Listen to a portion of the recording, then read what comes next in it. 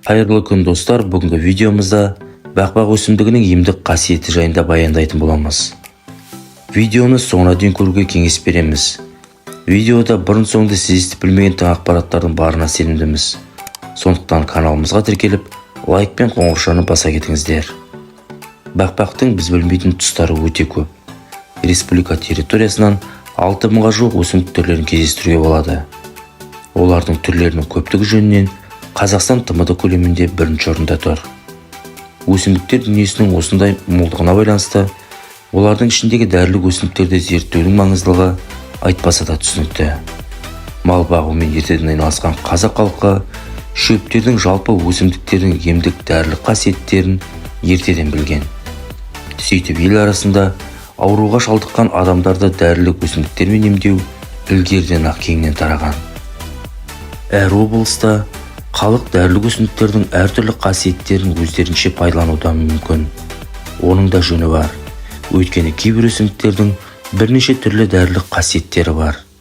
Бақбақ күрделі гүлдер тұқымдасына жататын көп жылдық, кейде 1 не 2 жылдық шөптесін өсімдіктер.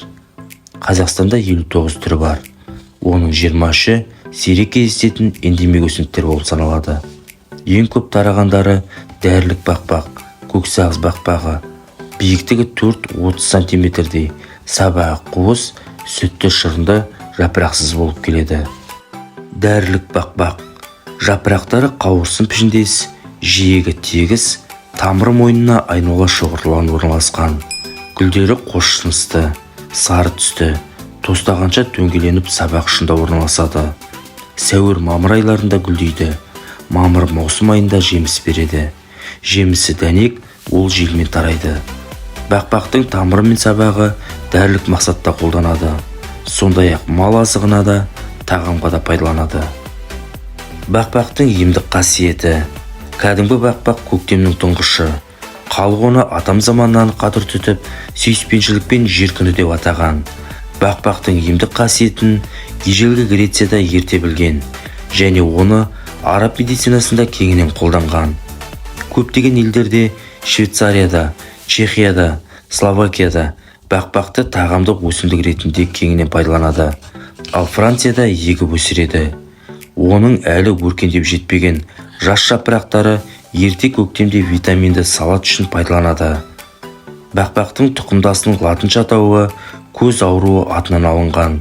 Өйткені орта ғасырда дәрігерлер сол ауруды осы өсімдікпен емдеп жазған көрінеді. Бақбақтың жапырағында каротиноидтық заттар, С, В2 витаминдері, сонымен бірге тез сіңетін кальций, фосфор, темір, магний, марганец тұздары көптеп кездеседі.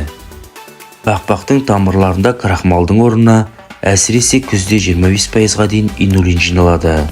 Жапырақтарындағы ашқылтым дәмінен құтылу үшін жапырақтарды әбден ағарғанға дейін сабанмен бүркейді. Немесе жапырақтың кесінділерін 30 минутқа дейін тұзды суға ұстайды.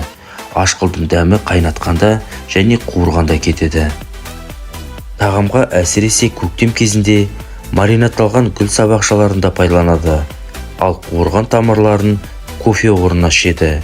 Емдік мақсатқа жапырақтар мен тамырларының сөлін тәбет ашатын, ас қорытуды жақсартатын және қан тазартатын дәрі ретінде пайдаланады. Бақбақтан дайындалған тағам бауырды жақсартады және зат алмасуды дұрыстайды. Әртүрлі халықтың медицинасында тамыр мен құрғақ шөптен қайнатпасын асқазанның әртүрлі ауруларына, өт айдайтын, іш босататын, қақыр түсіретін дәрі ретінде, сондай-ақ май толық сіңбегенде қолданады. Бақбақ өсімдігінің емдік қасиеті ерекше. Бақбақ асқа тәбетті ашып, ас қорыту жүйесінің жұмысына көмектеседі. Жалпы бақбақтың біз білмейтін денсаулыққа тигізер пайдасы мол. Көздің мүйізді қабаты қабынған жағдайда гүл шөбінен 10 грамм, ақ гүлден 10 грамм қосып қайнатамыз. Қайнатпа салқындаған кезде онымен көзімізді жуамыз. Батамша безіңіз қабынған болса, бақбақтың 15 граммын, ошаған тұқымынан 3 грамм, борпылдақ саңырқұлақтан 3 грамм, қызылмия тамырын 3 грамм қосып қайнатамыз. Қайнатпаны ішіп пайдалансаңыз, ауруыңыздан оңай айығасыз. Созылмалы іш қатуға бақбақты суға қайнатамыз. Содан онымен ауырып тұрған жерді дәке арқылы ысқылап, орап тастаймыз. Ол іштің жұмсаруына көмектеседі. От қалтасының қабынуына бақбақ тамырынан 60 грамм, ақ жусаннан 30 грамм, мысық жалбыздан 15 грамм қосып қайнатамыз. Дайын болған қайнатпаны үздіксіз ішіп отырамыз. Осылайша аурудан тез сауығамыз. Ал құлағыңыз ауырса, 2-5 тамшы лимон шырынын тамызыңыз. Бұл құлақтың ауруын басады және естуді жақсартады. Бақбақ пен оның ащы заттарының ерітіндісі иммупред препаратында бар. Және басқа 6 дәрілі өсімдіктермен бірге ол қабынуға қарсы қасиет арқылы иммундық қорғану жүйесін нығайту үшін пайдаланады. Мұнан өзге кейбір елдерде бақбақтан тосап, шарап сынды сусындар жасайды. Енді бір елдерде осы гүлді отбасы мүшелерін сәтсіздіктерден сақтайтын қасиетті өсімдік ретінде құрметтейді. Сонымен қатар бақбақты ақшаның нышаны ретінде санайтындар да жоқ емес. Ал кейбір елдерде бақбақты күннің егізі деп атайды. Дегенмен кейінгі кездерде бірқатар адамдар оны күн мен айдың балалары деп атап жүр. Оның сыры күн шығыстан көтерілгенде бетін сол бағытқа қарай бұрады. Тас төбеге келгенде басын тік көтереді. Ал батысқа батқанда сол жаққа мойнын бұрады.